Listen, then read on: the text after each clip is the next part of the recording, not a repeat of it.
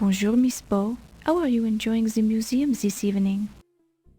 I find it very stimulating. You be careful walking around in this place with the murderer loose. Stay near the Detective O'Reilly or Monsieur Heimlich. Thanks, but I can take care of myself. Ah, but you'll keep saying that until the murderer kills you. Please be careful. You seem like a very nice young woman. I would hate to see the bad things happen to you.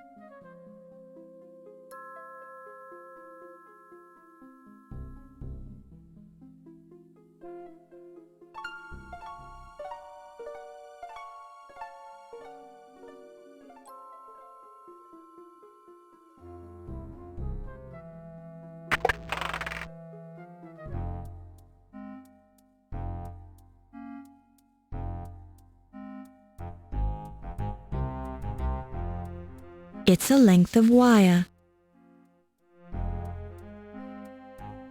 It's a length of wire. It's too far away for you to get a good look at it, but it's definitely cheese and it definitely stinks.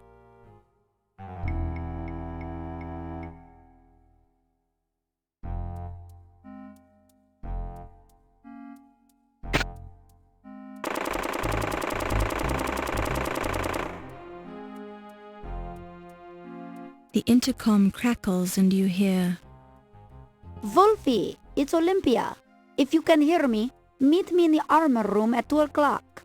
You promised to show me your private scars, remember? See you there, Wolfcakes.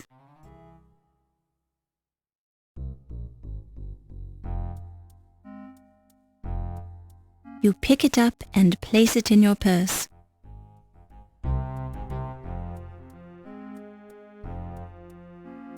A closer look reveals a bit of mold on the cheese.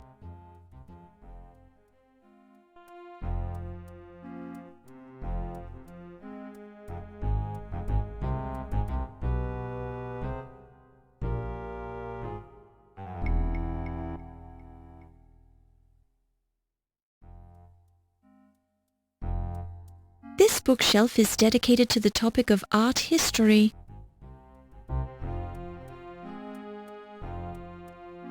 This bookshelf is dedicated to the topic of art history. This bookshelf is dedicated to the topic of museum security, including such books as Criminals Among Us.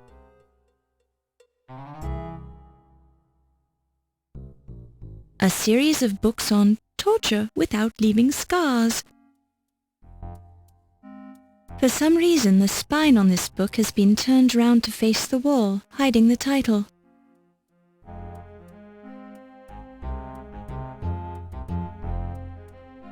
This book is a collection of poetry by Lord Byron.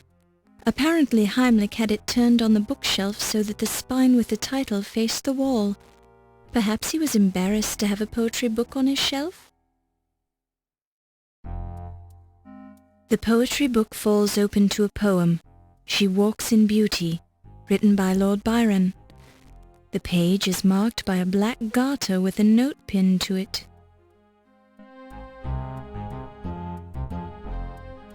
The note attached to the garter reads, "You can have the other garter and much more if you meet me at 3 a.m. in the preservation lab."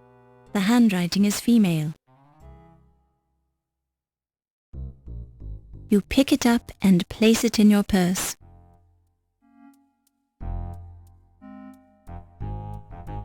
It's a Thompson submachine gun, also known as a Tommy gun. This is a type of spiked flail known as a holy water sprinkler, which was quite popular in medieval battles. The name, of course, is a humorous reference to the religious device that is swung in a similar manner. The main advantage of a flail over a common mace was that the spiked iron head of the weapon developed extra smashing force as it swung at the end of the chain which attached it to the handle. World War I campaign medals. Kaiser Wilhelm of Germany is prominently featured on many of the medals. A variety of shiny medals. 2 of them, with packs of dogs carrying birds in their mouths, are marked with the word Reichsjagdgebrauchshundverband.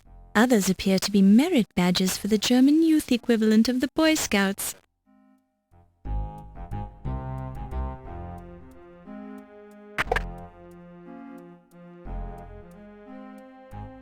What a suspicious-looking button. I wonder what it does.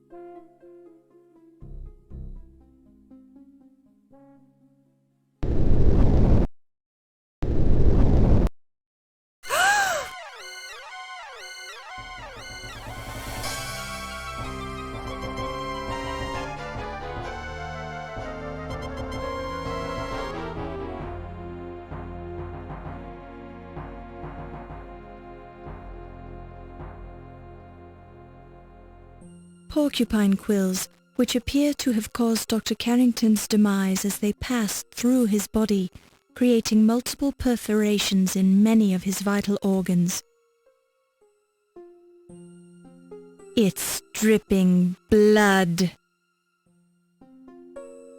Don't touch it.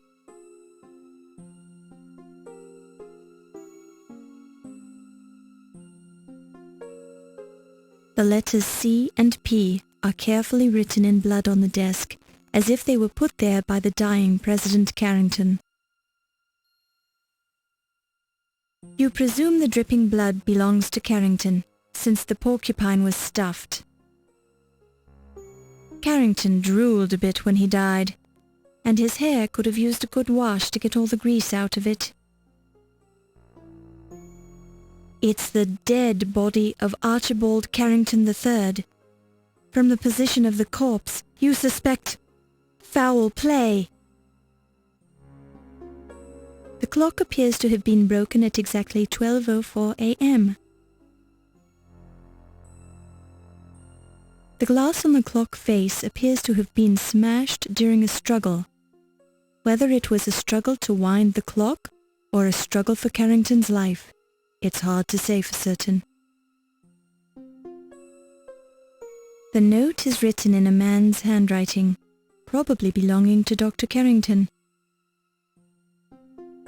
Countess and Ziggy at 1 a.m. Medieval armor display. Don't touch it.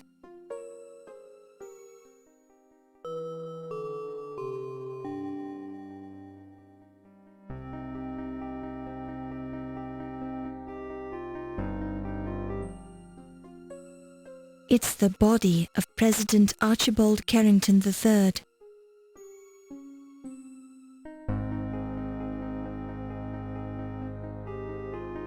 Using your remarkable powers of deduction, you conclude that this little book contains phone numbers. Phone numbers: T. Dargan, WP 5125. R. Williams, BL 4468.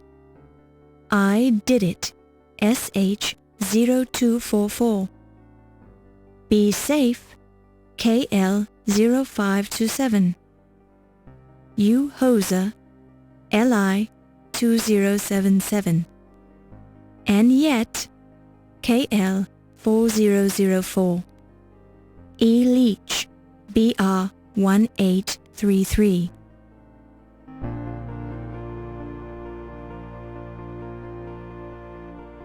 As with so many other things in this museum, this phone is dead. It appears that someone has cut the telephone cord, removing any chance you might have had of communication with the outside world.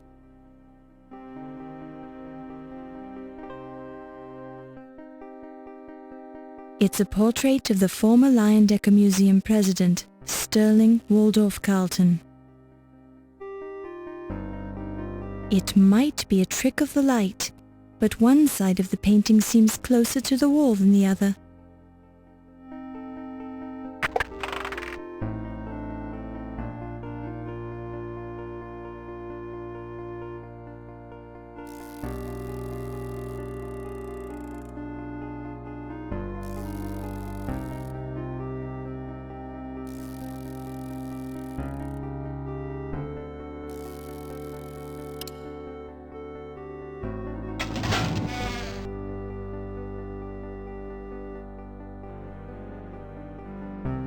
It's the personal diary of former museum president Sterling Waldorf Carlton. Not wanting to remove evidence from the crime scene, particularly when you must have broken some sort of law by opening the president's personal wall safe, you decide not to remove the diary.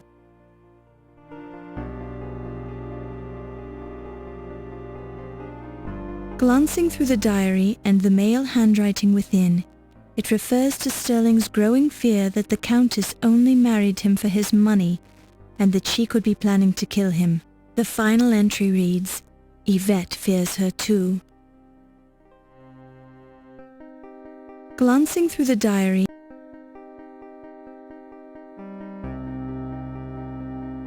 it's a fireplace full of ashes, now missing a lump of charcoal. That's not the sort of thing you want to examine too closely. Upon close inspection, you see nothing new here.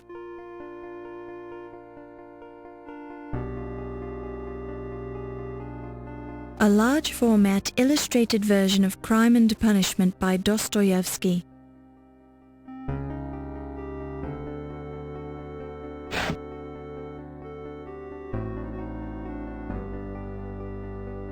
You notice that this is one of the earliest translations of Crime and Punishment into English.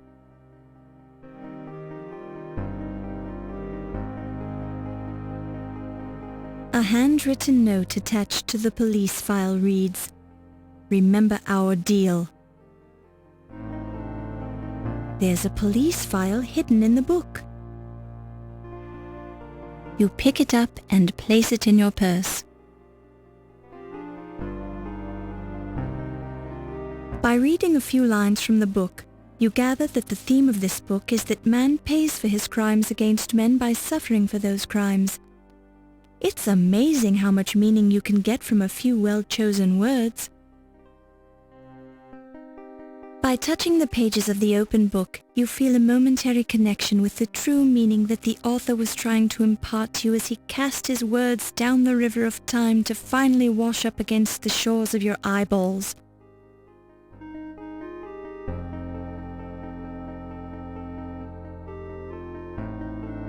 You admire the wood pulp patterns in the paper. The file feels somewhat slimy. You read a police report on the criminal career of one Watney Little, conman extraordinaire.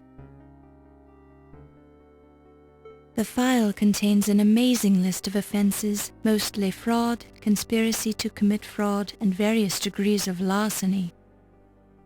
Glancing at the top of the page, you noticed that the investigations were conducted by Scotland Yard.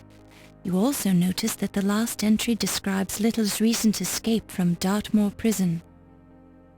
Clipped to the outside of the folder is a small handwritten note that reads simply, "Remember our deal."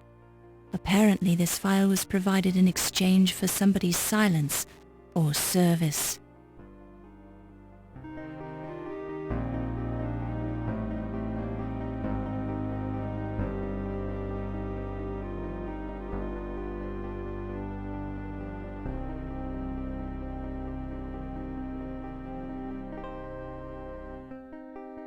You don't hear anything.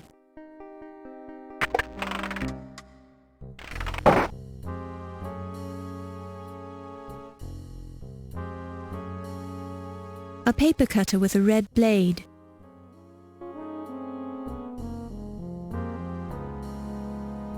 The red stain on the paper cutter blade could be red ink or blood. Perhaps the last person to use it had an accident?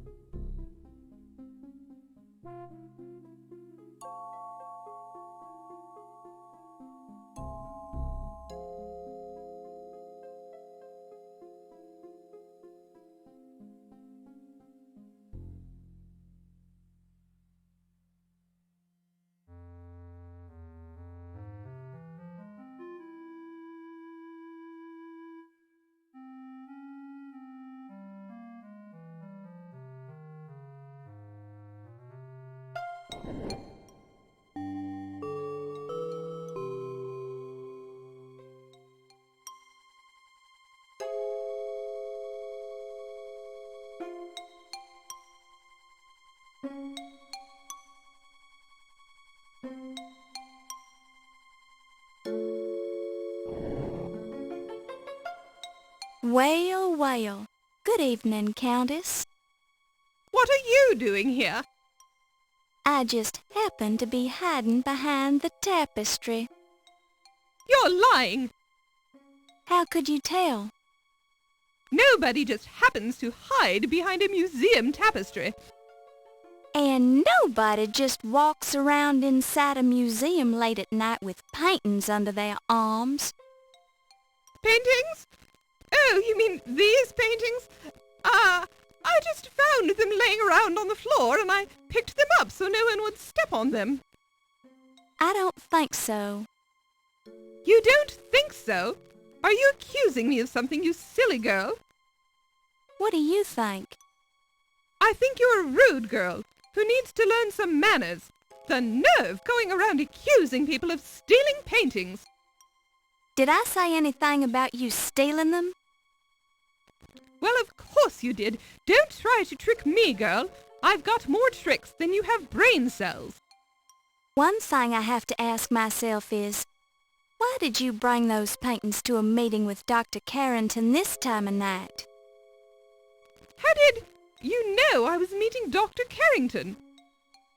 I found a note beside his body. His body? You talk about him like he was dead. Yes, he is. Dead as a doorknob. You didn't know about it? You're trying to trick me again. Dr. Carrington is alive and well and working in his office. Well, you're right about him being in his office, but he's quite dead, I assure you. Oh, my God! And you seem to be a logical murder suspect. Wait a second. You're not going to pin this one on me. I didn't have anything to do with it. Why would I want to kill him? We've got a perfectly good art burglary scheme going. Art burglary? I think I said too much. If you're trying to convince me that you're not the murderer, you're not doing a very good job of it. What do I care what you think anyway? You're not a cop. But I am a reporter, and I could write about you in the newspaper. Of course, your reputation would be ruined, and the police would get very interested in you. But you're tough, so I'm sure you could handle it. Look, it was just a little deal I worked out with Dr. Carrington. An art forger duplicates the paintings on the wall of the gallery. Then we hang them up in place of the real ones, which we sell to private collectors. Didn't you think someone would catch on after a while? Are you kidding? That's the beauty of the plan. When we had replaced all the paintings, we were going to slash them and make it look like someone vandalized the real paintings. No one would ever think we'd go to the trouble of forging paintings just to destroy them. And Carrington is here to see that no one gets too nosy. You mean he was here? I swear I didn't have anything to do with his death. He was my cash cow. I brought him over from Europe just for this reason.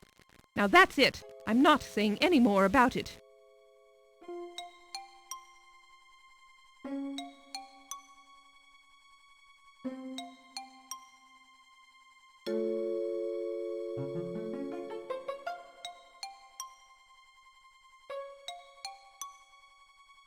I don't feel like talking about that now.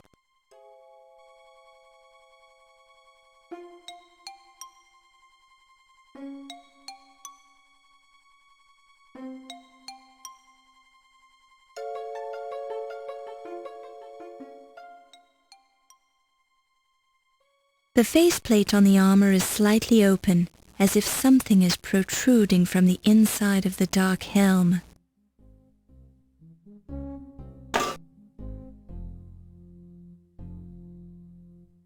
Dr. Carter's body has been indelicately crammed into the suit of armor. His filmy eyes gaze in mute shock.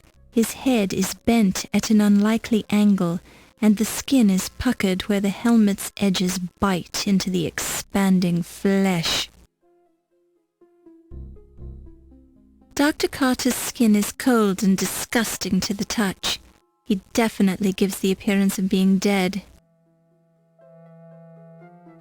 Dr. Carter's body has been indelicately crammed into the suit of armor. His filmy eyes gaze in mute shock. His head is bent at an unlikely angle.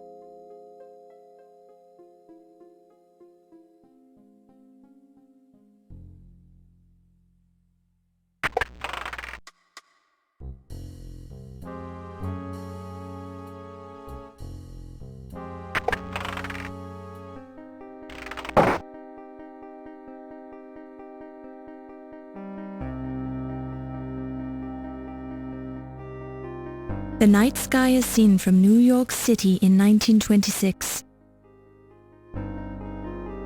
The Mask of El Bupentat, the Hottentot god of war. Hottentot warriors would invoke their god of war with the battle cry, "Boop boop-a-doop." This battle cry reputedly struck fear into the hearts of their enemies, who were usually the Poppentats who lived across the river. The war mask of the Poppentat tribe. The Poppentats would strike fear into the hearts of their enemies, the Hottentots, by wearing these masks into battle and screaming their battle cry, "Pop goes the weasel!" which translates roughly as, "Go back to your own side of the river, you Hottentot wimps." The Hottentots hated the Poppentats primarily because the Poppentats kept stealing all the Hottentot women.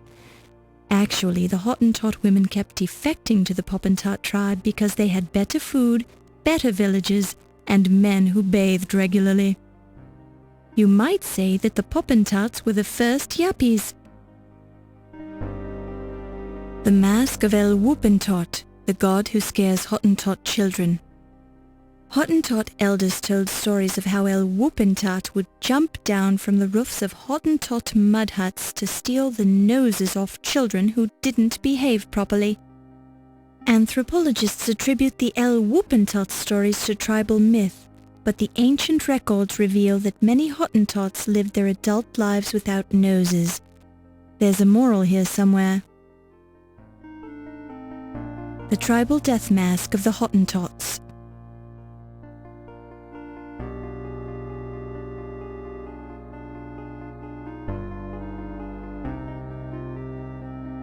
Oh, Dr. Smith, I appreciate your help so much. Well, I don't particularly appreciate giving it. I have things to do, Miss Delacroix. Important things. But surely you can spare the time to help me move my desk, no? Oh, I suppose. Why do you want to move it anyway? Oh, there is a terrible stain on the rug. I don't want it to show. We don't have to move the desk very far. All right. Oh, it's heavy. Oh! Oh, I am so sorry. Did you hurt yourself? Yes. Oh no, I'm bleeding. You owe me one, miss. But of course, Mr. Smith. I'll do anything you say. Anything. Didn't I let you in when you asked? Didn't I keep your secret? Yes, I suppose you did. And I'm sorry about bleeding on your carpet. At least it'll blend in with the old stain. What is that anyway? Oh, it is only strawberry jam. I'm sure I don't want to know, Yvette. Probably not, Dr. Smith. Now, let's go to your place. You don't hear anything.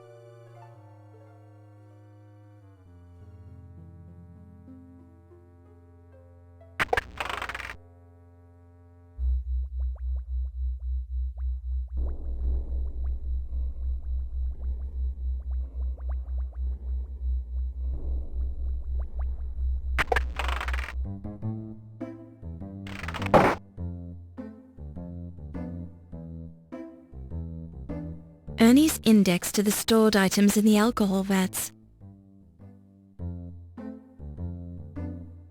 Current vat contents, Alcoholic Preservation Lab. 1. Koala bears. 2. Turtles. 3. Snakes. 4. Hippo. 5. Ground sloth. 6. Skunks. 7. Loch Ness Monster. 8. Ostrich. 9. Lemmings. 10. Unicorn. 11. Creature from the Black Lagoon. 12. Rats. 13. Warthogs. 14. King Edward of Daventry.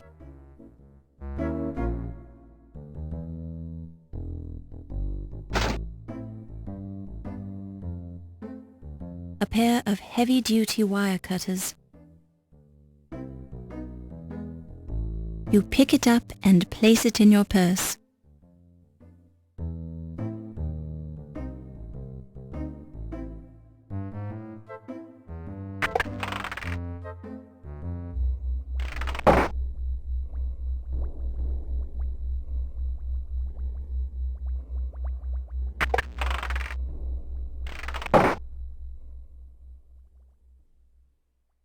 A full bottle of Dr. Moribund's guaranteed snake oil.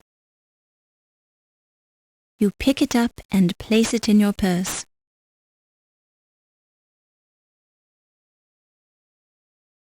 It's Olympia's ferret, Daisy. Hello, little ferret.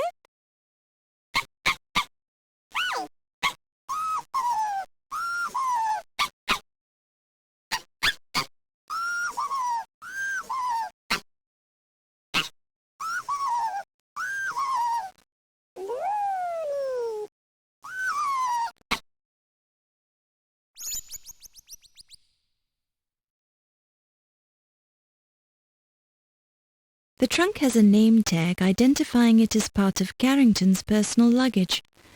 Beside it is another sticker emblazoned with the logo Andrea Doria.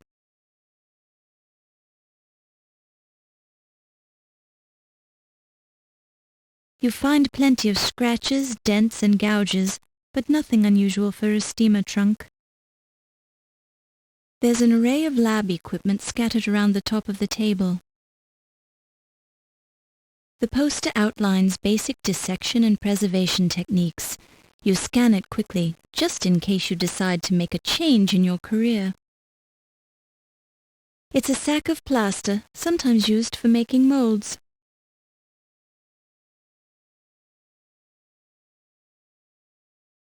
It's the door to the Mammology Lab's cold storage locker.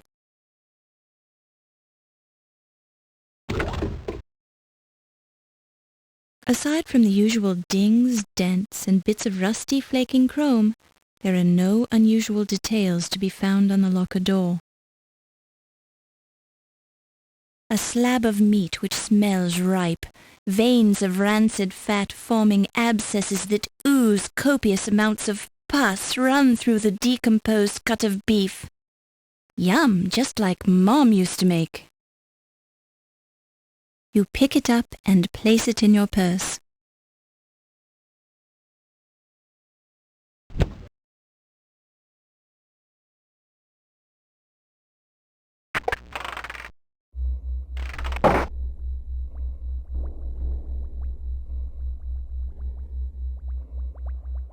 Vat 13. Indistinct shapes are floating in the murky liquid. None of the creatures are close enough to the glass to see what they are.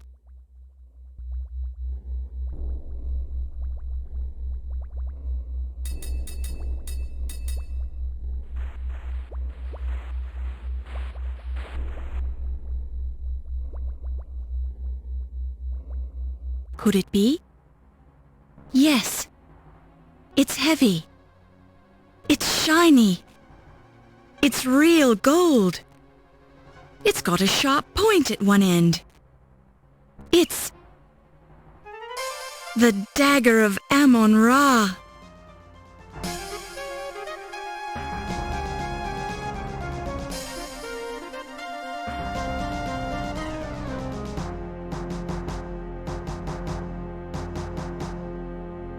You pick it up and place it in your purse.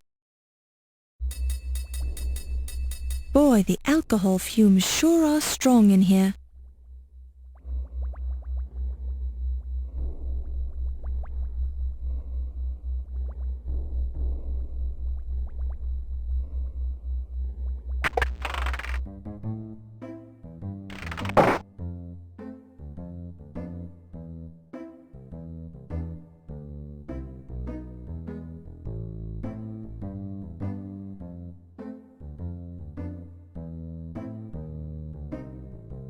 This appears to be a large button on the wall.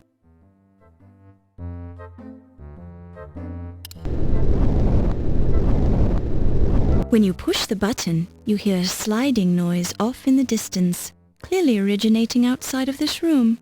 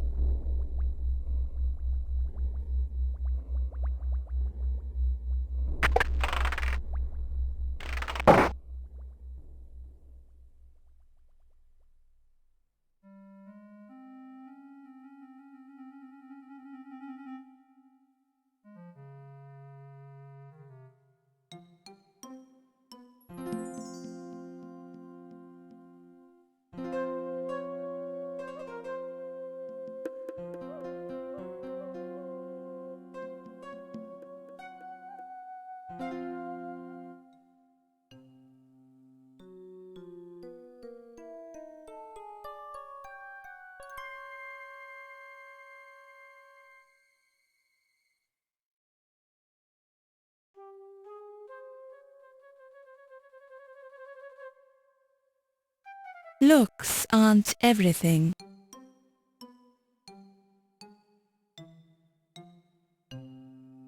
That's not the sort of...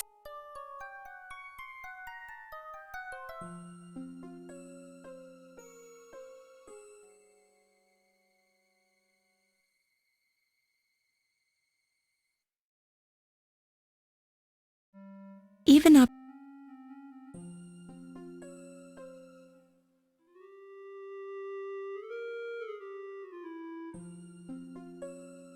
This is one of the 3 wires that formerly suspended the pterodactyl from the ceiling.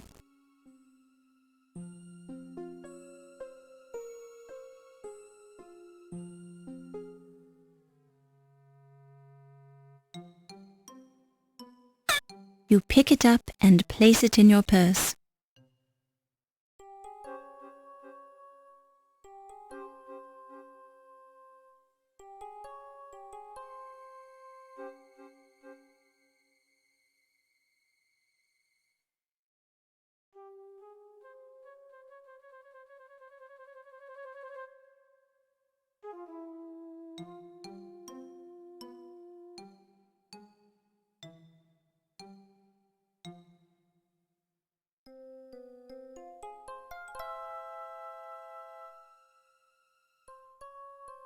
A typical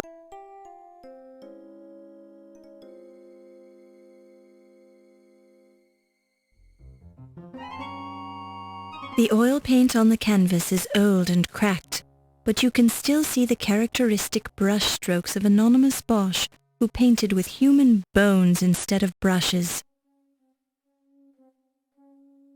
The oil A typical light-hearted painting by anonymous Bosch.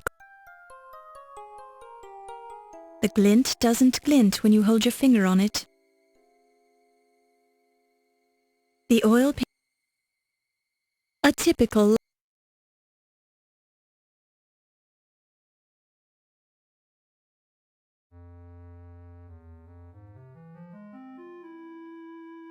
It's an actual skeleton key, glued to the painting as if it's being held by one of the skeletons.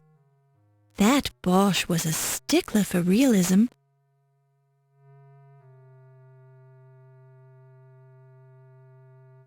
With careful use of the wire cutters, you managed to remove the skeleton key without damaging the Bosch painting.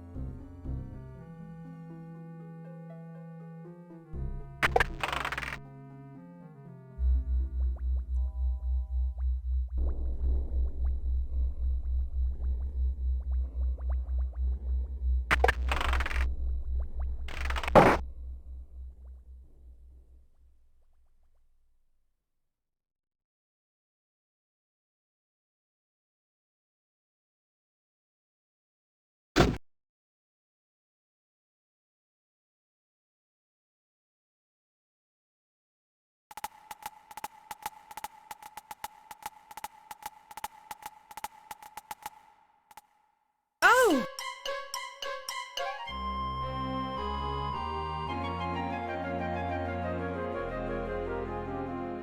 A skeleton lies in the trunk, its bones picked clean by the domestic beetles.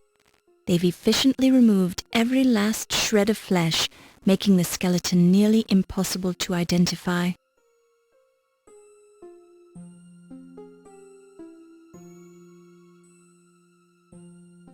It appears to be a gold pocket watch.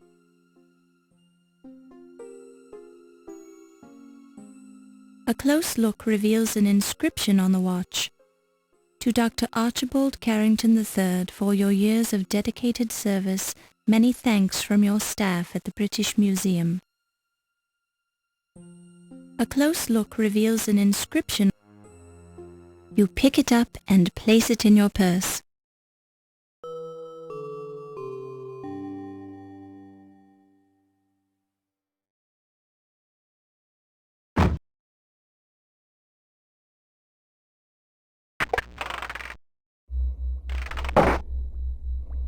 You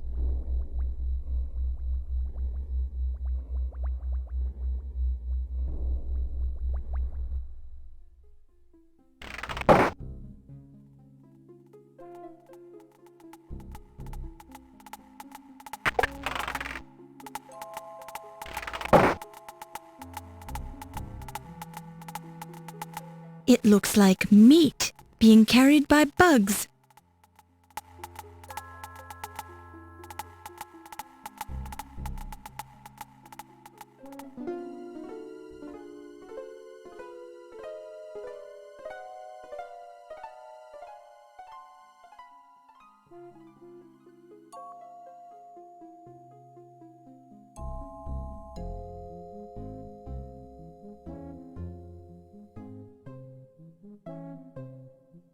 You hear muffled voices coming through the door to Yvette's office. You lied to me. Well, lass, I guess that makes us even. You lied to me. You had something to do with the dagger burglary. You've been sleeping with someone else. I saw you go off with that dock worker. I've never slept with Steve, and this Ziggy fellow, he told me about you and the dagger. And you believe that little weasel. I've arrested the man more times than I can count. This Ziggy, I know him a long time. He would not lie to me. That man'd lie to his own mother if someone paid him for it. Ziggy, he says you were working with the Carrington to steal the dagger. Lies! You can't be trusting the man. If he wasn't already dead, I'd pound the truth out of him.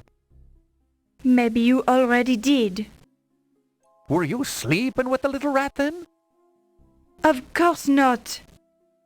You really surprise me, lass. I'd think you grew up on the streets accusing me of burglary like that.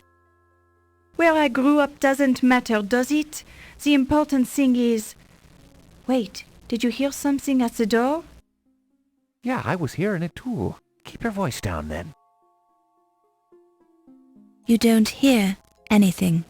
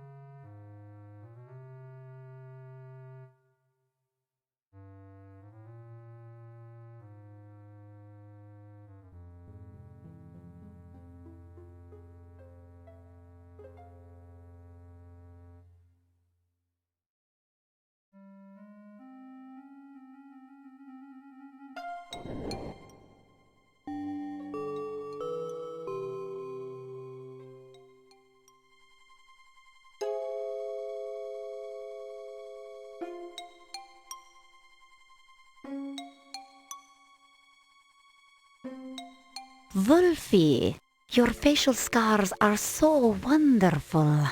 How did you get them? Fencing, my Strudel.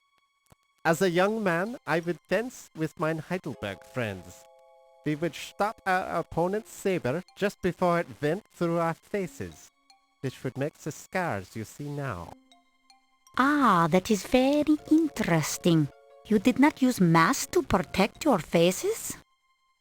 Nein, that would have been considered unmanly.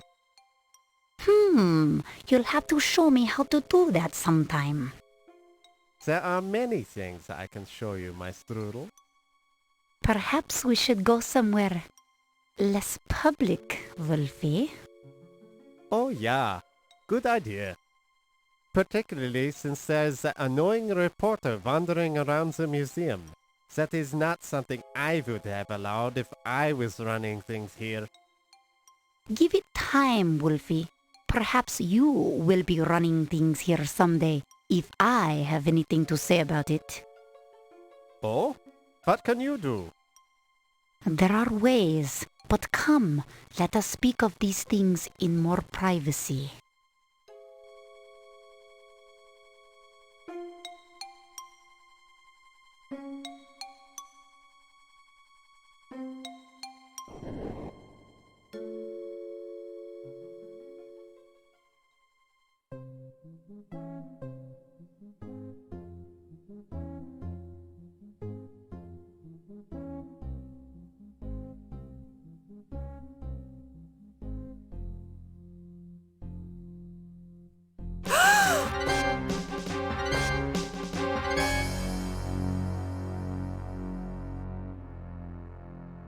fabric of the shirt appears to be clinging somewhat to Ernie's chest.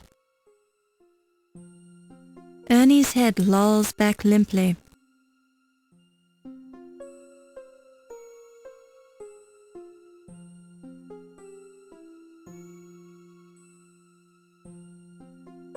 The hairs are bristled and clearly animal in origin, with a faint smell of alcohol.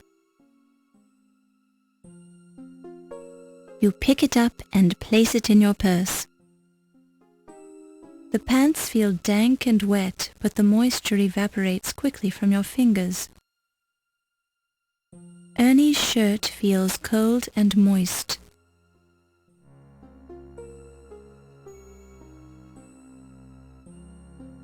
You examine Ernie's head carefully, searching for contusions, bruises, or other evidence of foul play. You see little, but you do notice a faint odor, not immediately identifiable. Despite your closest examination, you find nothing unusual about Ernie's outstretched right arm. A minute inspection of Ernie's left arm reveals nothing suspicious. The pants are intact, but the smell emanating from them is noticeable. It's as if he took a swim in bathtub gin. The pants are intact. The tusks are slightly dampened in the areas where the body has come in contact with them. Otherwise you find nothing unusual about them.